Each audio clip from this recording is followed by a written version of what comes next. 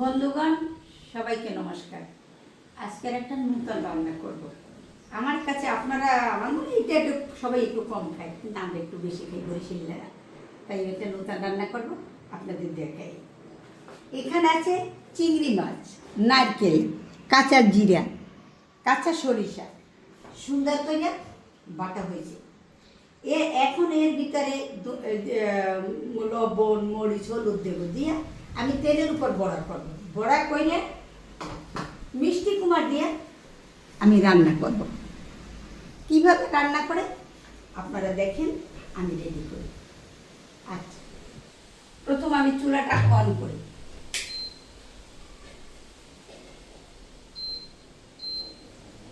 চুলার উপর আমার ফ্রাই প্যানটা আমি দিয়ে রাখি। এটা গরম হইতে হইতে আমি আমার এই চিংড়ি মাছের বড়ার সব কিছু আমি মিক্স করে মাখাইয়ে রাখি। প্রথম দেব হলুদের গুঁড়া, তারপরে দিব মরিচের গুঁড়ো। মরিচের গুঁড়োটা অল্প দেবো, তার কারণ হচ্ছে আমি একটা কাঁচামরিচ বাইটে দিয়েছি।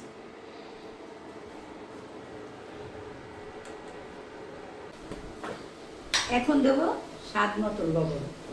সব কিছুর স্বাদ লবণেই, তাই তার নাম স্বাদ মতো লবণ। দিলাম স্বাদ মতো লবণ। এখন এইটাকে আমি সুন্দর করে মিক্সড করে নেব।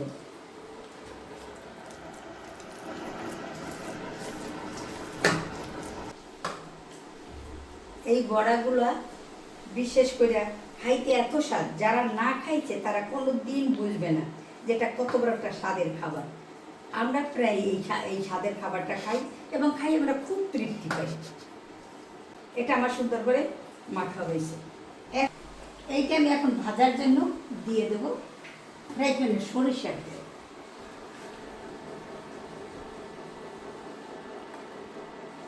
এখন তেলগুলো গরম হবে, আমি আস্তে আস্তে আস্তে আস্তে চিংড়ি মাছের বড়াগুলো ভাজিয়ে ফেলবো। এখন আমি শুরু করবো। তেলটা একটু গরম হোক, আমি বড়াগুলো ভাজিয়ে নেব। সুন্দর করে বড়াগুলো সাজিয়ে আমি দিলাম ফ্রাই প্যানে, কারণ এগুলো অল্প আছে ভাজতে হবে, বেশি দিলে পুড়ে যাবে।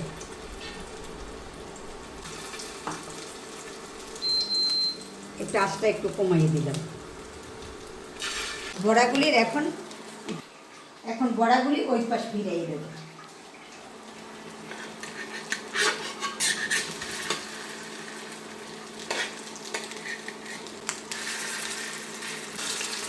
কি সুন্দর ভাজা হয়েছে। এগুলো একটু তো নরম, তাই একটু আস্তে আস্তে আস্তে আস্তে করতে হবে, তাড়াহুড়া করলে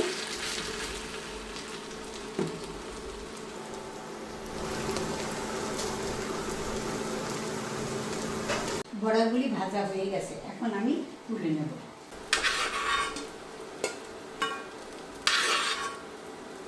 দিয়ে দেব কালো জিরা। কালো জিরা দিলে একটু গন্ধটা এবং স্বাদটা একটু অন্যরকম হবে। মশলাটা একটু মিক্সড করে নেব। একটা বাটিতে প্রথম নেব হলুদের গুঁড়া, নেব অল্প মরিচের গুঁড়া, নেব লবণ। এইটা আমি এখন এই চিংড়ি মাছের বাটার মশলা এটা দিয়ে আমি এটাকে এখন মিক্সড করে নেব।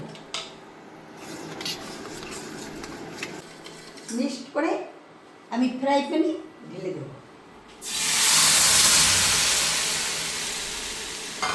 মশলাটা আস্তে ধীরে কষাবো।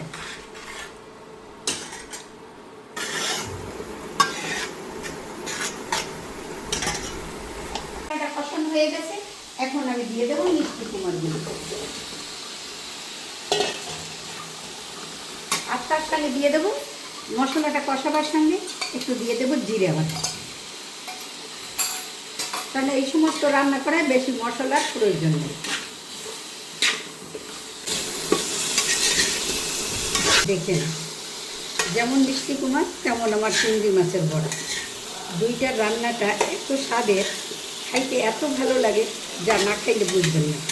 না খাইয়ে যদি আপনারা না খান আপনারা ভুল করেন। এখন দিয়ে দেব গরম জল।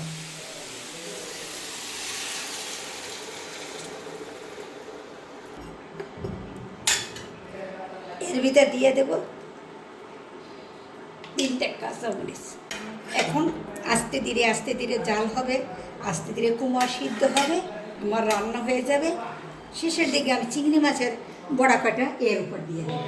মিষ্টি কুমড়া সিদ্ধ হয়ে গেছে, এখন আমি আস্তে আস্তে বড়াগুলো দিয়ে দেবো।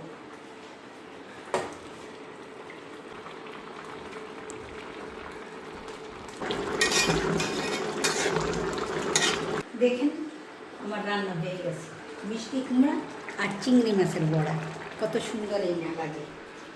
আমি এখন আমার চুলাটা অফ করব। দেখেন কত সুন্দর করে রান্না করছি, একদম মাখা মাখা মিষ্টি কুমড়ার বড়া একই রং।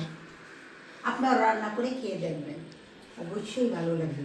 আমরা তো খাই, খুব ভালো লাগে এবং আমাদের পছন্দের একটা খাবার। আমার রান্নাটা যদি আপনাদের ভালো লেগে থাকে তবে লাইক করবেন, শেয়ার করবেন, কমেন্ট করবেন, সাবস্ক্রাইব করবেন। আর একটা কথা, বন্ধু হিসেবে সবসময় আমার পাশে থাকবেন। ভালো মন্দতে যারা পাশে থাকে তারাই প্রকৃত বন্ধু। বন্ধু হিসেবে আপনাদের আবার একবার নমস্কার। এখন আমি শেষ করি।